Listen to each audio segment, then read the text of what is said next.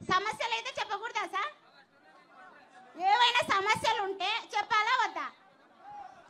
సమస్యలు తెలుసుకునే దానికే కదబ్బా నేను వచ్చింది. చెప్పు. మీరు మాకు సొంతం అన్న లాంటి వారు కాబట్టి మేము ఏదైనా సమస్యలు వస్తే మాకు డైరెక్ట్ గా అంటే ఎవరు మాకు పలకరు. మేమేమంటే బీద ఫ్యామిలీ కాబట్టి మీరు అందరి నోళ్ళల్లో అన్న అన్న అని అంటున్నారు కానీ మమ్మల్ని మీ దగ్గరికి చేర్చే వాళ్ళు ఎవరు లేరు మా సమస్యలు చెప్పుకోవడానికి.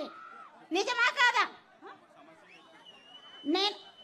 మా ఆయన ఆరోగ్య సార్ చెప్పడానికి సరిగా నాకు మైక్ స్పీకర్ వస్తుంది సార్. చెప్పమ్మా, చెప్పు. వినపడుతుంది సార్. మా ఆయన ఆరోగ్యశ్రీ కిందనే ఆరోగ్య మిత్రగా వర్క్ చేస్తున్నాడు సార్. మేము ఈ ఆరోగ్యశ్రీ కిందనే మా జీవన భృతి ఉన్నది. గత 12 సంవత్సరాలుగా మా ఆయన అందులో వర్క్ చేస్తూ సడన్ గా ఒక 2 years బ్యాక్ చనిపోయినాడు సార్, హార్ట్ అటాక్ వచ్చి. తర్వాత మాకు ఎటువంటి ఆధారము లేదు. మాకు మైక్ ఇస్తే కదా సార్ మేము ఏమైనా మీకు చెప్పడానికైనా.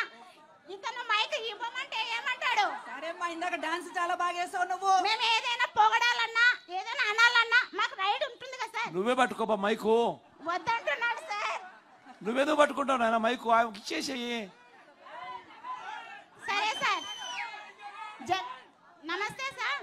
జగన్ అన్న, నాకైతే ఎటువంటి జీవన భృతి లేదు. నాకేమైనా మీరు సాయం చేయగలరేమో అని డిగ్రీ క్వాలిఫికేషన్ చేసినాను. ఎన్నిసార్లుగా అన్ని చేస్తున్నాను కానీ పెన్షన్ కానీ లేదు సార్. మెయిన్ మీరు అందరికీ పెన్షన్ ఇచ్చినాను అన్నారు కదా. నాకు మా ఆయన ఆరోగ్య దాంట్లో వర్క్ చేస్తున్నందుకు మరి వేరే ప్రాబ్లమ్స్.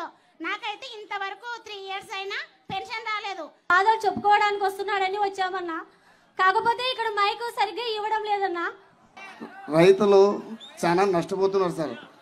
రేటు ఉంటే పంట ఉండదు, పంట ఉంటే రేతులు ఉండదు సార్. మరహద్దన గ్రామంలో చెరువుకి నీళ్లు రావాలన్నా కొన్ని ఆ చెరువుకి నీళ్లు రావడం వల్ల ఇప్పటి వరకు మా ఊర్లో నీళ్లు బాగా ఎక్కడ లోటు లేకుండా వస్తున్నాయన్నా. ఒక్కసారి మా చెరువుకి నీళ్లు ఇప్పిస్తే మాకు చాలా సంతోషంగా ఉంటుందన్నా. మా తుగ్గిలి మండలం కరువు మండలం ప్రకటించలేదన్నా, కానీ రైతులు చాలా ఇబ్బంది పడినారన్నా.